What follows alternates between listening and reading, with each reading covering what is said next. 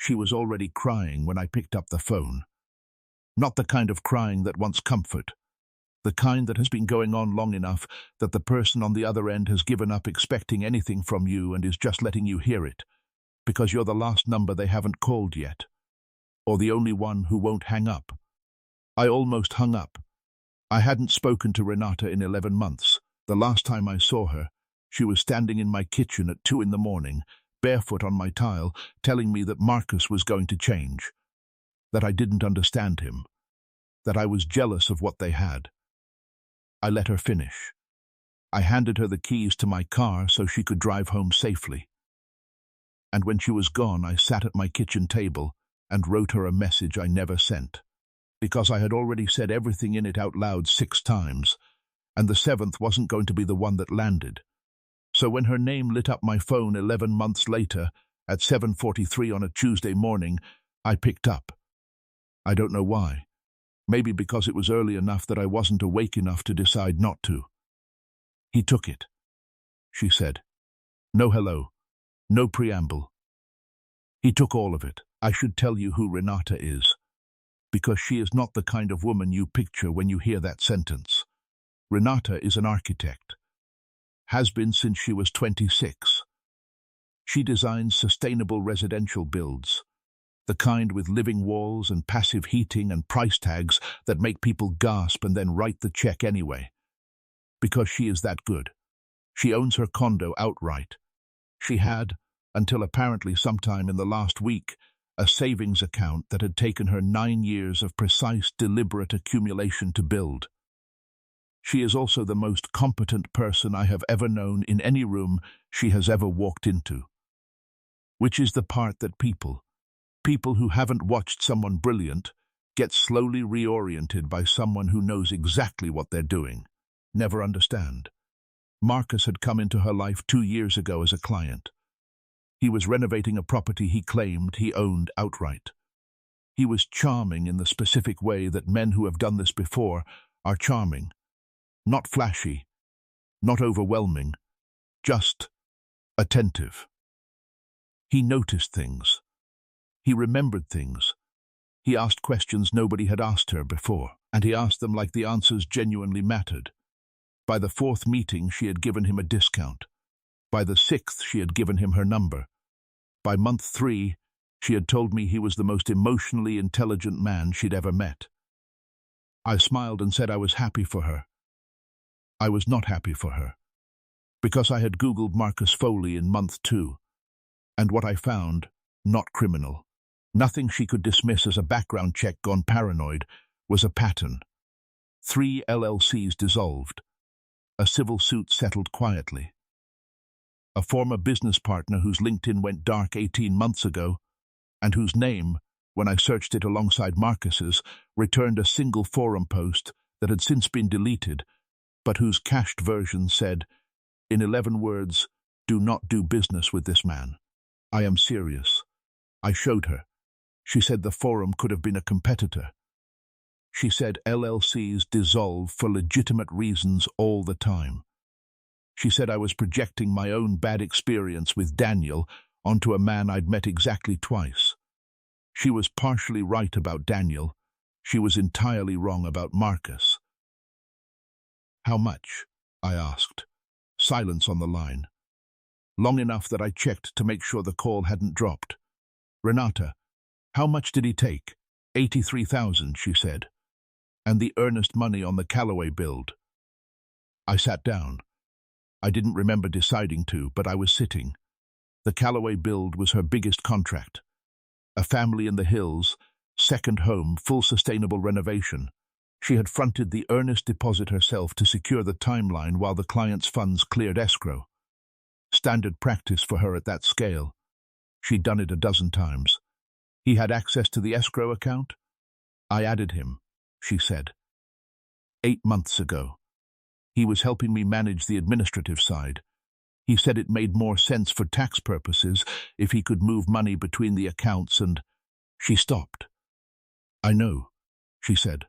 "I know. I'm not saying anything. You're not saying anything extremely loudly." That almost made me laugh. Almost, "Does he know you've noticed?" "I don't think so." I found it this morning. His phone is still showing as active on our shared plan. He answered when I called the coffee shop we go to, asking if he'd been in. He's in the city. He doesn't know I know yet. That was the first thing that mattered. He didn't know she'd noticed. Which meant the window, whatever window there was still open. Don't call him, I said. I wasn't going to. Don't text him. Don't change any passwords yet. Don't post anything. Don't tell anyone who might tell someone who might tell him. Why not? Because right now you have one advantage, and it's that he's comfortable. The second he feels you move, he runs. Has he moved out? No. His things are still here. Then he's planning to come back, which means he's not done. I was already pulling up a search on my phone. I'm going to ask you something, and I need you to answer it before you decide how it makes you feel. Okay, is there documentation?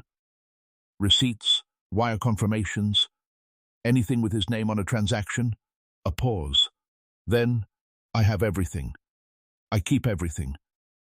Of course she does. She's an architect. Her filing system has a filing system.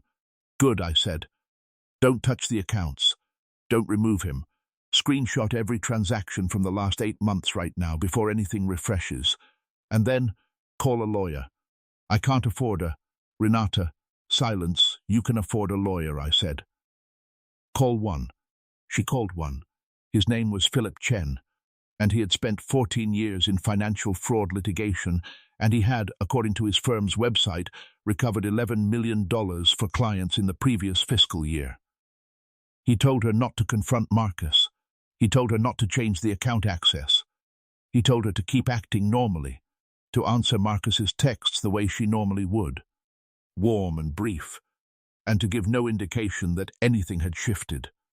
He also told her something I hadn't expected. Marcus Foley was not Marcus Foley's first name. His given name was Michael Farris.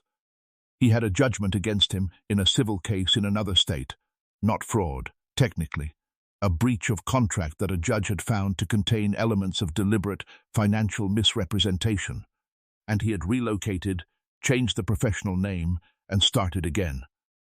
Philip Chen said this without drama, the way someone says something they have seen enough times that the shock has long since worn down to a kind of tired competence. How did you find that so fast? Renata asked. I didn't, he said. You're not my first call about this man. The line went quiet. There's another client, he said, who retained me 6 weeks ago. Different city. Same pattern. I want to stop here, because I think you need to understand what that sentence does to a person who is already sitting in the wreckage of their own judgment. It doesn't feel like relief. It doesn't feel like, see, it wasn't just you. It feels like the floor dropping a second time, because now the person who did this to you isn't a man who made a terrible choice.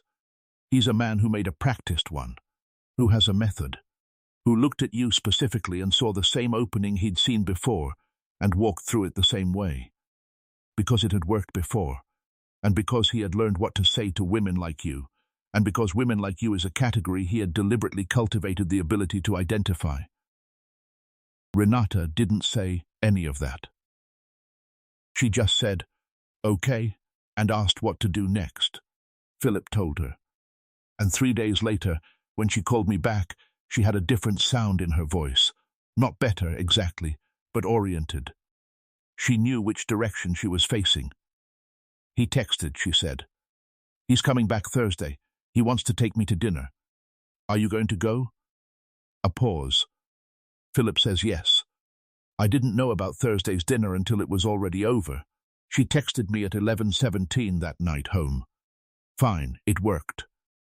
I called her immediately. He ordered the expensive wine, she said. He was sweet. He held my hand. He said he was thinking about the future. Her voice was absolutely flat. The flatness of someone who has gone somewhere terrible and come back with information. He mentioned that he might need to move some funds around in the next couple of weeks. He asked if I'd noticed anything unusual in the accounts. He was checking. I said no, everything looked normal. I hadn't really logged in. She exhaled. He relaxed. I could feel it. His whole body just settled. Did you record it? Philip told me how to. Yes, good. She had documentation, a witness statement from the other client through Philip's office, transaction records with timestamps, and now a recorded conversation in which Marcus had explicitly referenced the accounts in a way that established his awareness of what he'd done. On Friday morning, Philip filed. On Friday afternoon, Marcus Foley, whose name was Michael Farris, was contacted by a process server at the hotel where he had apparently also been staying part of the week. He called Renata 40 minutes later. She didn't answer. Here is where I have to tell you about the knock. I had not told Renata where I lived. I had moved in the 18 months since we'd last been to each other's homes. She didn't have my new address. But Marcus did. I don't know exactly how. My best guess is that he had, at some point in the months when Renata talked about me, and she had told me later that she had talked about me often, that he had asked questions about her friends, her relationships, who she was close to, who she confided in, built a file. Not literally. But he had enough. My name, my approximate neighborhood, the name of the company I worked for, which was findable on LinkedIn. People like him are good at assembling pieces. 10 days after that first phone call, at 6:40 in the evening, someone knocked on my door. I looked through the peephole, and the face looking back at me was not one I recognized in the moment. I had seen Marcus twice, briefly, a year ago. But something in the way he was standing told me before I'd consciously placed him. Still patient, not the posture of someone who thinks they might have the wrong address. I did not open the door. I took out my phone and I typed a message to Philip Chen. I think Marcus Foley is at my door right now. Philip responded in 4 minutes. Do not engage. Call 911 non-emergency and report a known subject of an active civil action is at your residence uninvited. I'll make a note for the record. I called. I reported it. I stayed near the back of my apartment with the phone in my hand and listened to him knock twice more, evenly spaced, and then stop. When I finally looked through the peephole again, the hallway was empty. He was arrested 6 days later, not on the civil matter, on a warrant that had been issued in the other state, the one with the judgment, where elements of deliberate financial misrepresentation had apparently, sometime in the months since Philip's other client filed, been re-examined and found to satisfy a higher bar. Renata texted me a screenshot of the news alert. No words, just the screenshot. I sent back, you kept everything. She sent back, I keep everything. Then, after a pause, can I come over? She showed up an hour later with a bottle of wine she had clearly just bought at the closest shop to wherever she'd been. Because it was not the kind of bottle Renata would ordinarily select, and I knew better than to say that. She sat on my couch with both feet tucked under her, which is the only way she ever sits, and she held her glass with 2 hands like it was something she needed to anchor to. And we didn't talk about Marcus for a while. We talked about other things, old things, stupid things. The kind of conversation that covers distance without naming the distance. At some point she said, quietly, looking at the middle of the room rather than at me, I knew something was wrong. I didn't say anything. Not the way you knew. I didn't see the whole picture. But there was a moment, maybe month 4, where he said something that didn't match something he'd said before. And I noticed. And then I explained it away. She turned the glass slowly in her hands. I explained it away because the alternative was the whole thing. And the whole thing was too much. I know, I said. You never said, I told you so. That's not what I'm here for. She looked at me then, and I don't think I can do justice to what was in her face, because it was the kind of thing that doesn't translate into words without going flat. It was something that had been carried a long way and was tired of being carried, and it was also something that had decided, in whatever private accounting a person runs when they've been through something like this, that I was one of the only columns on the right side of the ledger. "Why didn't you?" she asked. "You had every right to." I thought about it honestly before I answered. "Because," I said, "you already knew. You'd known the whole time. The version that needed to hear me say it out loud was the version of you from a year ago. And she's gone now. There's no point talking to someone who isn't in the room anymore." She was quiet for a while. Then, "I think I've missed you for 11 months and been too embarrassed to say so." "I think I've missed you too," I said. And I was too stubborn. She put her glass down and leaned her head on my shoulder, and neither of us said anything for a long time. And the silence was the most honest conversation we'd had in over a year. "I want to tell you the ending cleanly, because you've stayed this long and you deserve a clear picture. The civil recovery is ongoing. Renata will likely see most of the money returned. Philip's track record suggests it, and the asset freeze that went into effect when the warrant was issued means Marcus/Michael did not have time to move everything. The Callaway clients were, when Renata explained what had happened, extraordinarily decent about it. They extended her timeline, paid the earnest deposit retroactively, and gave her a referral to 2 other families in the same development. The build is underway. Renata and I see each other on Wednesdays now. She brings the wine, because she has learned her lesson about delegating that particular task to the nearest convenience store. I cook, because cooking is the thing I do when I want to feel useful and don't know how else to say it. We don't talk about Marcus much. When we do, it's briefly, and without the weight the name used to carry. He's become a fact about the past rather than a wound in the present, the way things do when you've actually dealt with them rather than just endured them. The thing I think about, when I think about all of it, is not the money, and not the fraud, and not the knock on my door that turned my blood cold. It's month 4, the moment when something didn't match, the thing she noticed and then explained away. Because I don't think she's unusual for having done that. I think most of us have a month 4 moment, a thing that didn't fit, a sentence that came back to us later, a feeling we sent home before we let it finish its sentence. And the gap between noticing and acting on what you notice is where so much damage happens. Renata noticed. And then she explained it away. And then, 11 months later, she called someone who she knew would not hang up.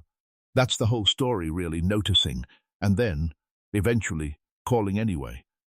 Have you ever looked back and realized you knew something was wrong long before you let yourself admit it, and wish you'd trusted that feeling when it first appeared? And is there someone in your life right now who would still pick up the phone for you, no matter how long it's been?